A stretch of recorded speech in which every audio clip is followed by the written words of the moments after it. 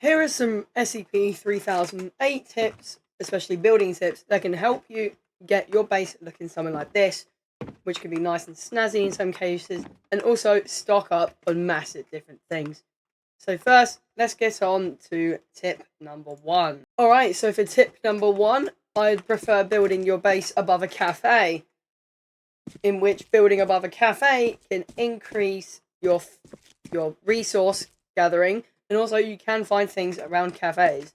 So, for example, every Monday and Friday, food replenishes. So that means that food is respawned, so you get a shit ton of stuff for your base just by being here. Also, things not to take: beans, and the 2-liter Dr. Bobs, as they lower some of your stats. I wouldn't recommend taking the 2 liters and the beans. And usually, after a few days, your base will end up looking like this, with mostly cheeseburgers, meatballs, hot dogs, and lots more. And you can find a med kit at the thingy as well. The med kit is right here at the cafe, at the soda side, as soda spawns here. And then you can just grab this med kit. And you can just grab that med kit.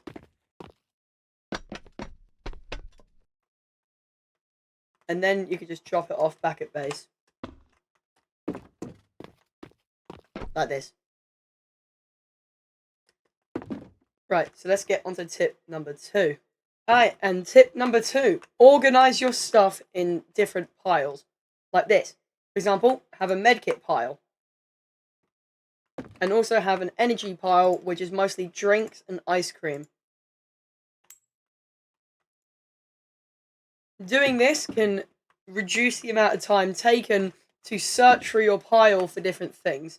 Basically, it makes it more convenient, as you have stuff for mostly energy here, health, a lot of it, I see, a lot of health, and food, normal food.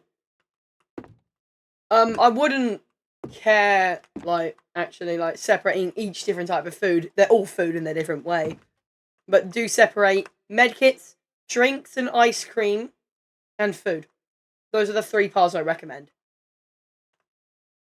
So, let's get on to tip number 3, I think this is, yeah. Tip number 3, create neo jumps to get to your base. Basically, the NPCs cannot do neo jumps. Create something like this, so 2 tables, or maybe incorporate 2 different types. So, for example, the way into my usual base is a carpet at the cafeteria on the wall. Jump up here. You can't go up here normally without walking, so you have to crouch. Go to the edge of it, uncrouch, and then jump up. That's create complex jumps that only humans can do. Oh, it's nighttime now. Like that. It can really help with getting staff members out of your way. There are different door types, or different ways to get in, but this is my preferred one, as it's the most efficient with getting staff out the way. Because where are they? There's no staff around here. Anyways, on to tip number 4. Alright, tip number 4 or 5, I forgot the number by now. Prioritize waypoints. It's this little bit here. You can type in base, for example. And then set an icon. And then set a color of it. And then hit create waypoint. It creates a waypoint at where you're currently standing that you can see for the rest of the game. Also, you can put waypoints on different places that you want to keep note of. For example, nearby cafes, great places for, different types of furniture that can help you progress in the game, as well as other friends' bases, or just use them as little markers of where good bits are. I recommend using these for finding resources, especially your base. Put a waypoint on your base. It's my top priority, because even if you die, you can still see the waypoint. Though if you do have the Game Pass where it puts a waypoint on your last death, I'd recommend disabling that, since that does take a waypoint spot. It does take up a spot. So, prioritize waypoints to get a good feeling of your surroundings and reminders of what to do, where to go, where to go if you want these types of things. Right, so let's move on to the next tip. Okay, sorry for interrupting. I currently have an Opera GX mod available, so if you search up Archives RR on the Opera GX mod store, you can find my mod right here. Click on it and this is where you get it. It has all sorts of different features. Opening tabs. The typing sound effects are from my actual keyboard. Closing a tab. I also have a merch store available to see if you want to check it out. There's a link in the description down below in which you can buy all sorts of things I've been working on. There are a bunch of designs. There's even a donation page if you want to support me. And also, without further ado, let's get back to the video, shall we? Right, here's a staff member right here. Here is how you check if it's active or not. See if you can walk up to it. Well, if it doesn't already run at you. If you can push it... Wait, no.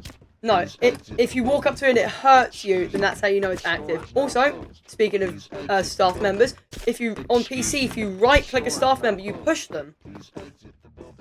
You can use this to get away from staff members who are right hot on your tail.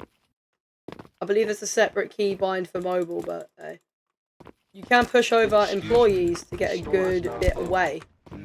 Though there is quite a big delay on pushes, as you just saw. You can use it to get away easily. Also, speaking of this moment, next tip, I think this is tip number 5 or number 6.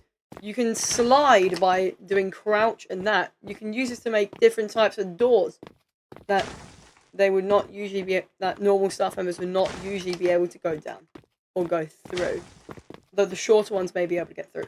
Sliding also gives you a little bit of speed at the cost of energy. For me, it is 7% every single pop.